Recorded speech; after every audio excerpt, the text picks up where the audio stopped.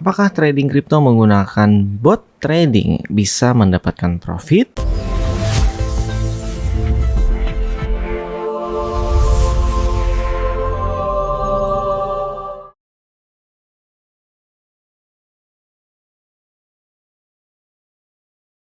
Hai Trader Universe, oke, jadi untuk kamu yang mungkin sudah lama trading secara manual, biasanya memang ada sensasi tersendiri ya. Jadi kalau kita trading manual itu ya bisa lebih nyaman atau lebih mudah untuk membagi waktunya. Karena kan tradingnya juga nggak setiap hari ya biasanya ya, kecuali memang yang pekerjaannya adalah trader.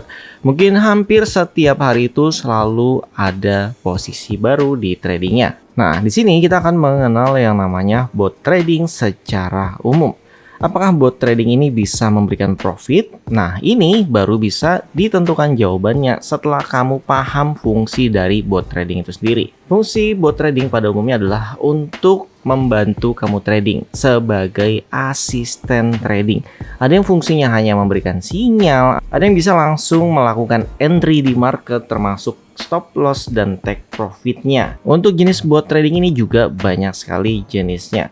Oke, sekarang kita bahas bot trading yang ada secara umum. Biasanya ini juga tersedia di exchange luar ya. Untuk Indonesia sendiri belum semuanya ada. Yang pertama adalah bot grid. Di mana fungsi dari bot grid ini adalah membuat entry dengan perhitungan yang bisa kalian buat secara fix atau mungkin dengan persentase yang lebih longgar gitu. Misalnya grid ini biasanya digunakan untuk sebuah koin atau token yang kamu yakini dia akan naik tinggi di masa depan nanti atau jangka panjang, sehingga kamu punya target nih. Misalnya hari ini harga koinnya $100 dan kamu yakin di beberapa tahun ke depan itu bisa sampai 200 atau $300. Maka di sini kamu bisa menggunakan bot grid. Dari entry pertama misalnya di harga $100, terus kemudian kamu buat secara menurun ya. Misalnya setiap turun 10% maka akan ada satu grid baru, atau kamu buat manual juga bisa sih. Tapi bedanya kalau pakai bot, kita tinggal setting aja persentasenya, jaraknya berapa antara harganya. Jadi ini jauh lebih mudah dan semuanya itu akan tereksekusi secara otomatis. Misalnya kita buat 5 layer di grid dari harga $100, 90 sampai harga $60. Jadi sudah 5 layer ya. Untuk take profitnya kamu juga bisa sesuaikan. Misalnya mau take profitnya 3%, take profit dulu nanti ulang lagi gridnya, itu juga bisa. Jadi intinya sistem bot tipe grid ini adalah membeli secara berulang dengan harga yang sudah ditentukan. Oke, bot selanjutnya adalah bot DCA. Ini hampir mirip dengan bot trading.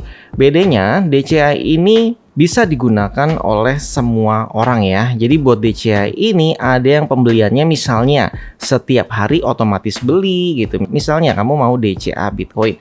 Jadi setiap bulan nih kamu gajian itu bisa disetting tuh di exchange. Jadi otomatis akan beli Bitcoin di tanggal kamu gajian. Jadi kamu deposit dan dia akan langsung otomatis beli. Atau kamu tinggal taruh aja duitnya di sana, nanti setiap misalnya seminggu sekali itu otomatis akan beli Bitcoin. Jadi tidak peduli harganya berapa, dia akan melakukan dollar cost averaging. Jadi intinya tinggal beli aja. Ini di spot ya yang kita bahas ya. Dan kamu baru akan take profit di masa depan. Jadi memang biasanya ini targetnya adalah tahunan.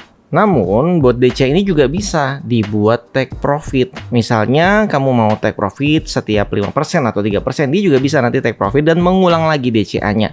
Jadi beli lagi. Kalau harganya masih turun terus gitu, atau kalau pakai sistem yang tidak melihat harga yang jangka panjang ya, ini bahkan harganya lagi tinggi pun tetap akan dibeli. Jadi DCA ini lebih bebas dari grid ya. Jadi kamu tinggal menentukan strategi DCA-nya mau beli per jam, per hari, per bulan. Nah, ini bisa diatur sesuai dengan keinginan kamu. Kemudian ada juga yang lebih advance, yaitu bot trading arbitrase. Ini biasanya hanya digunakan oleh orang-orang yang memang sudah paham ya.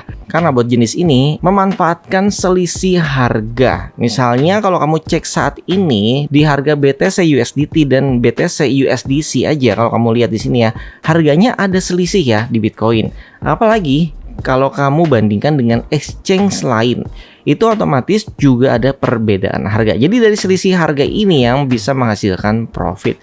Tapi pastikan dulu kamu hitung ya dari fee transaksinya berapa, terus kemudian kamu juga butuh kecepatan untuk transaksinya sehingga harganya masih selisih jauh. Makanya bot arbitrase ini benar-benar sangat membantu ya bagi kalian yang paham memanfaatkan selisih harga tersebut. Kemudian ada juga bot trading yang profesional, di mana ini biasanya dibuat sendiri ya, pakai program-program tertentu, bisa di Linux, bisa di Windows, yang biasanya juga ditaruh di VPS. Jadi ini adalah bot yang memang skripnya dibuat sendiri. Ada mereka yang menggunakan indikator, dan kalau saya pribadi juga ada ya botnya. Itu karena teknik saya tidak menggunakan indikator, jadi saya menggunakan skrip tertentu di mana ini bisa mendekati teknik trading yang saya gunakan. Biasanya ini memang dibuat untuk membantu trader tersebut, sehingga kalau hari-hari sibuk, tradingnya bisa tetap berjalan secara otomatis karena menggunakan bot trading yang sudah dibuat secara khusus. Ada juga bot trading dari third party ya. Nah, ini banyak nih. Banyak website yang menyediakan bot trading yang biasanya pembayarannya menggunakan gas fee, di mana mereka juga menyediakan algoritmanya sendiri. Jadi biasanya kalau di